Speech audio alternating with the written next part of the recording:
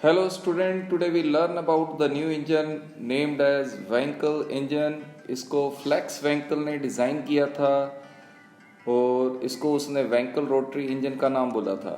ठीक है, तो this is a high speed internal combustion engine. ये एक इंटरनल कंबस्शन इंजन ही है जैसे हमारा पेट्रोल और डीजल इंजन होते हैं। This is basically rotary engine. ये एक रोटरी इंजन है। जनरली जो आजकल इंजन होते हैं वो रेसिप्रोकेटिंग होते हैं, चाहे वो पेट्रोल इंजन है चाहे वो डीजल इंजन है, वो दोनों ही रेसिप्रोकेटिंग है। और ये रोटरी इंजन है।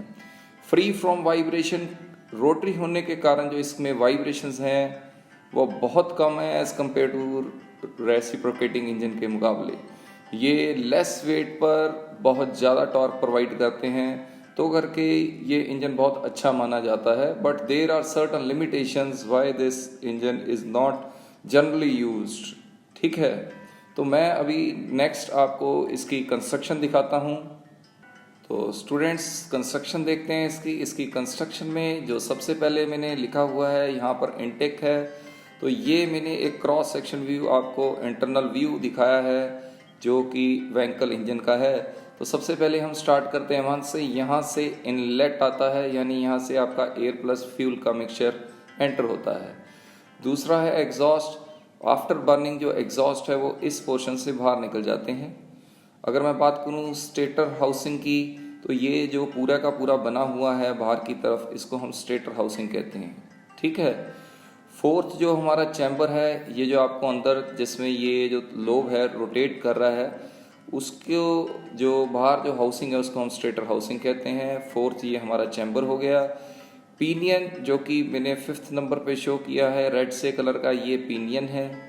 ये this red colour is known as pinion. मैं इसका आपको लाइव भी दिखाऊंगा, बट पहले आपको ये समझ में आना चाहिए भी डायग्रामेटिकली क्लियर हो।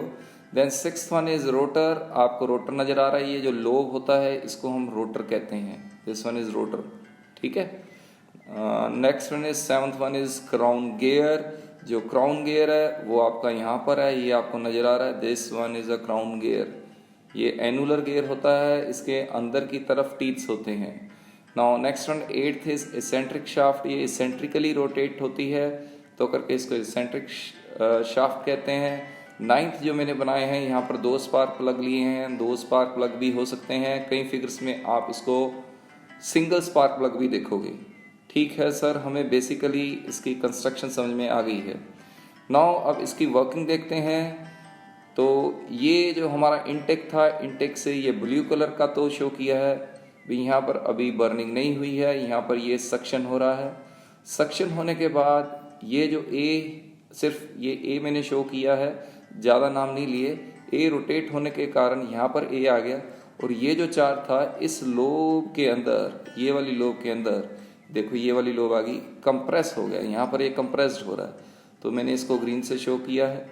कंप्रेस होने के बाद जब ये लोब और आगे घूम जाएगी, यानी इस पोजीशन पे आ गई, तो ये इसको चार्ज को, कंप्रेस चार्ज को इग्नाइट किया है यूजिंग स्पार्क प्लग।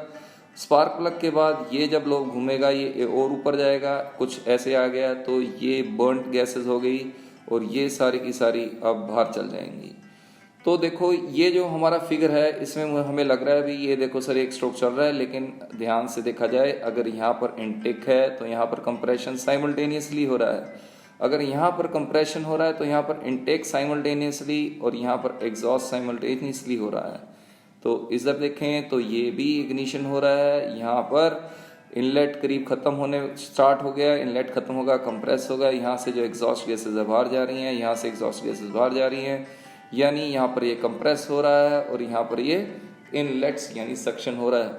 यानी मैं कह सकता हूँ ये काफ़ी सारी चीज़ें एक ही समय पे हो रही हैं, तो करके इसमें बहुत ये जो मटेरियल है इसका बहुत बढ़िया चाहिए होता है, क्योंकि इसमें कंबशन बहुत फास्ट प्रोसेस से ऑन गोइंग होती है। चलो आगे देखते हैं। ये मैंने इसका सेक्शन व्यू यानी बुक के हिसाब से व्यू दिया है। ये तो यही वही जैसे ए लिया था, इसमें ए बी सी ले लिया है, तो मैंने 1 to 4 लिखा है। देखो पहले ना, देखो ये साइड में जो हमारा, मैं प्रीवियस डायग्राम में जाता हूँ, इससे भी प्रीवियस डायग्राम में जाता हूँ। ये जो मैंने यहाँ पर लिखा था आपका 3, जो स्टेटर हाउसिंग थी, स्टेटर हाउसिंग में वाटर जैकेट्स होती हैं। वाटर जैकेट्स, ये वाटर शो किया है। वाटर जैकेट्स तो शो की हैं क्योंकि ये बहुत हाई टेम्परेचर पे रन होता है, तो इंजन को रेगुलरली कूल करना पड़ता है, तो ये वाटर जैकेट्स हैं। यहाँ पर भी ये वाटर जैकेट्स है। ठीक है सर, ये समझ में आ गया। 1 to 4 की बात करें तो ये जो 1 to 4 है ये सक्शन स्ट्रोक हैं।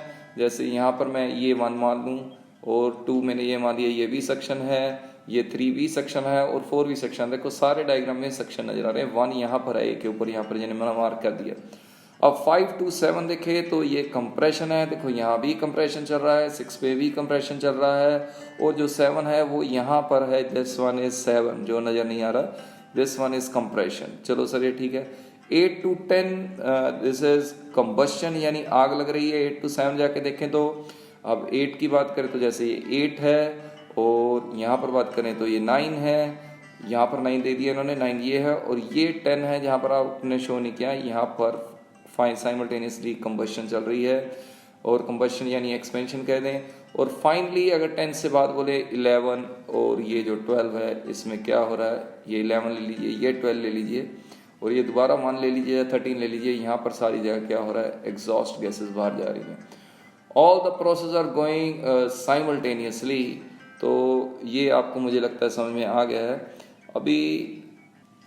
अभी मैंने स्टूडेंट्स ये आपको ये एक सिस्टमेटिक, ये एक तरीके से डेमोन्स्ट्रेशन ही है। ये वैंकल रोटरी इंजन है, तो इसके बारे में मैंने आपको ये थोड़ा सा शो किया है। तो यहाँ पर ये जो लगा हुआ है ये स्पार्क प्लग है, और यहाँ पर देखें तो ये साइड में 2 हमारे जैसे पोर्ट हैं। जैसे यहाँ पर एक इनलेट पोर्ट शो किया है और ये आउटलेट पोर्ट है। ठीक है, ये इनलेट पोर्ट से यहाँ से फ्यूल एंटर करता है, और जब यहाँ से फ्यूल एंटर होता है तो ये लोब के अंदर यानी यहाँ पर आ जाता है।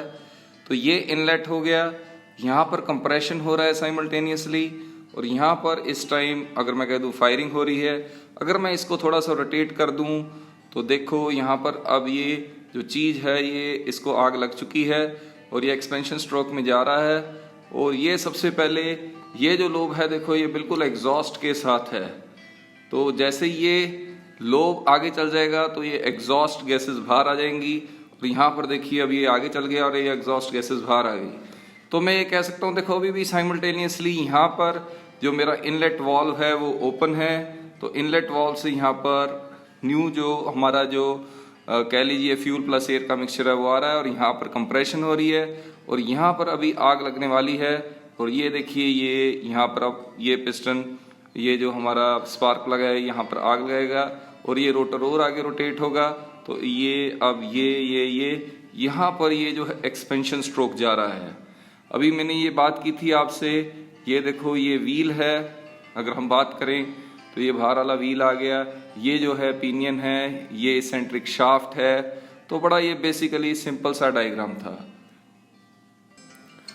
तो स्टूडेंट्स अब इसकी मेरिट्स एंड डीमेरिट्स देख लेते हैं जल्दी से। तो इसमें कोई रेसिप्रोकेटिंग पार्ट नहीं है, तो पहले हम मेरिट्स देखते हैं। रेसिप्रोकेटिंग पार्ट्स ना होने के कारण इसमें बैलेंसिंग को कोई इशू नहीं आता। नेक्स्ट है इनटेक एंड एग्जॉस्ट मैकेनिज्म, बहुत ही सिंपल है, इसमें वॉल्व की कोई ज़रूरत नहीं है, एलिमिनेटिंग वॉल्व मैकेनिज्म, क्योंकि all the strokes are going simultaneously. Next हम लिख सकते हैं it generate power after every rotation, लगातार कंप्रेशन एक्सपेंशन सब कुछ इकट्ठा ही हो रहा है। लॉन्ग इनटेक स्ट्रोक, बहुत ज़्यादा देर तक आपका इनटेक वॉल्व ओपन रहता है, जिसके कारण वॉल्यूमेट्रिक एफिशिएंसी बढ़ जाती है और टॉर्क ड्रॉप कम हो जाती है। साइज ऑफ इंजन आपने देखा, बहुत ही छोटा इंजन है ये, और ज़्यादा आउटपुट दे सकता है। नॉइस लेवल बहुत कम है इसका, क्योंकि इसमें रेसिप्रोकेटिंग पार्ट्स कम हैं। स्पेस बहुत कम लेता है, मेंटेनेंस भी बहुत कम हो जाती है। तो these are the basically we say that these are the merits. अगर लिमिटेशंस पे आए तो ये स्पेसिफिक फ्यूल कंजम्पशन, यानी ये पर यूनिट टाइम बहुत ज़्यादा तेल मांगता है, क्योंकि इसका इनलेट बहुत लार्ज टाइम तक ओपन रहता है। रोटर सील की प्रॉब्लम आती है इसमें, वो बहुत ही मेजर रोल है, क्योंकि वहाँ से लीकेज होने के चांस होते हैं, तो रोटर सील बहुत अच्छी होनी चाहिए। रोबस्ट इग्निशन सिस्टम है, क्योंकि बहुत जल्दी हमें 3 स्पार्क्स चाहिए एक रेवोल्यूशंस में, तो 3 स्पार्क्स लेने के लिए जो सिस्टम है इग्निशन सिस्टम बहुत फास्ट क्विक होना चाहिए, क्योंकि इंजन की स्पीड बहुत ज़्यादा करीब 50,000 आरपीएम तक हो सकती है। लुब्रिकेटिंग एंड कूलिंग बहुत बढ़िया चाहिए, क्योंकि लगातार compression expansion heat stroke generate हो रहा है, पावर स्ट्रोक जनरेट हो रहा है, तो हीट बहुत ज़्यादा प्रोड्यूस होती है। High operating speed needs development of suitable transmission system. इतनी ज़्यादा तेज़ अगर ये स्पीड बना रहा है तो वो पावर भी तो आपने उसको आउटपुट किधर देनी है। तो ये रेसिंग कार्स कह सकते हैं, जहाँ पर बहुत ज़्यादा हमें स्पीड चाहिए वहाँ पर ये यूज़ होता है। थैंक यू स्टूडेंट्स, इसको अच्छी तरीके से रीड कीजिए और इसकी लिमिटेशंस, इसके फिगर जनरली पूछे जाते हैं तो वो आपको आने चाहिए।